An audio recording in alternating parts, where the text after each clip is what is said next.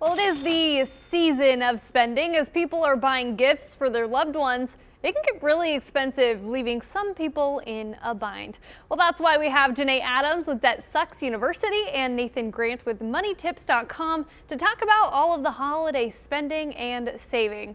We're also taking your questions. You can go ahead and text them to 336-379-5775. They are anonymous, and this is a perfect time for you to get your questions answered in real time. All right, let's get started with Janae. Inflation is up. Everything is expensive. What are some things people need to look out for right now? Well, definitely things being overpriced, and especially when it comes to groceries. You have some groceries that have come down in price, but things like orange juice are actually elevated. I've seen some cartons $4 and up. So definitely making sure that you're saving money and you're spending right now on groceries and other things like that, so that you can put that money towards buying gifts if that's what you need to do. I like that too. Okay, Nathan, how can people save up for those down payments? Yeah, so one of the things you got to remember when it comes to saving is that every little bit counts. So one thing that can really help, and especially after the holidays, as like a New Year's resolution, would be to set automatic deposits. So transfer a little money, even if it's just a little bit from each paycheck, into your savings, into your goals, and then you're going to be able to reach those goals faster because, of course, once your bills and stuff are paid for the month, any extra money you want to add on top of that, you can. But automation can really help you to make sure that you're getting in a good habit where every pay period you're putting a little bit towards those goals. And also, Nathan, talk about those automatic transfers for saving and credit card debt.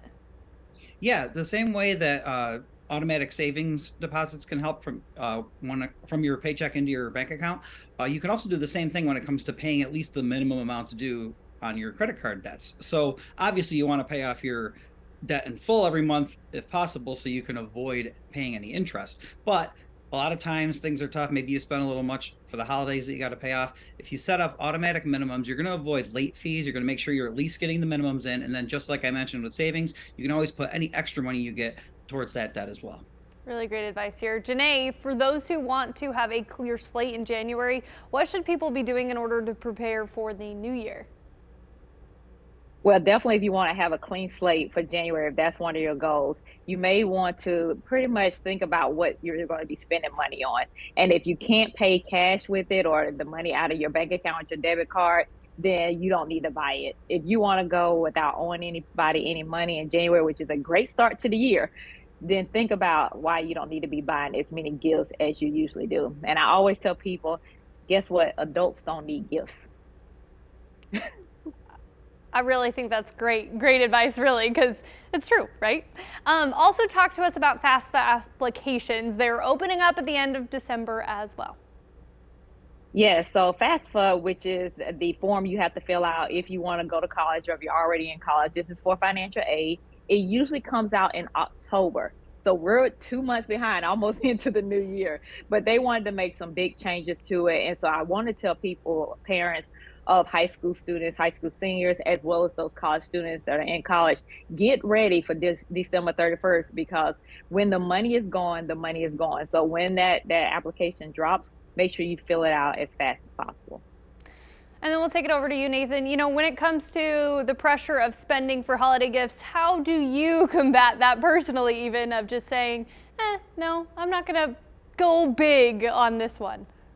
Well, similar to what Janae said, you don't want to spend money you don't have. So, my specialty is credit card related topics. And one thing I always try to tell people is like only use if you're trying to like get rewards or other benefits that you get from using a credit card. And of course, it's a more secure payment method compared to debit cards, but you don't want to spend money you don't have. And a lot of times around the holidays, we tend to lean on things like credit cards. Then you're coming off the holidays with all this debt, maybe on top of debt you already had. So I always say, the big issue with credit cards is the interest that you're going to have to pay for carrying a balance. So if you're only using your credit card for something that you can pay in cash on the spot at that time anyway, you can pay it off before the interest is even calculated. So that's a good rule of thumb with credit cards, not just around the holidays, but year round. I like that too. I'm like writing all these down because it can be tough, right? When you're spending money, you can get carried away. The holidays are the #1 reason we can all get carried away. College students, I remember being in this boat and it was tough. You wanted to do something for your family. So Janae, what are your thoughts on this for college students maybe looking to step in and provide some sort of gift this holiday season? Yeah, so you don't have to go all out for family members or anything like that. They know you're in college. I'm sure you have asked them for money throughout this semester, so they know you don't have that much of it.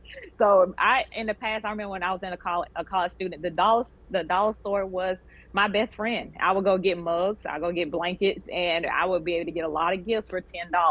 So just remember that your first priority is affording college. Get through college and get that great career, then you can buy people whatever you want to buy them once you get out and make money.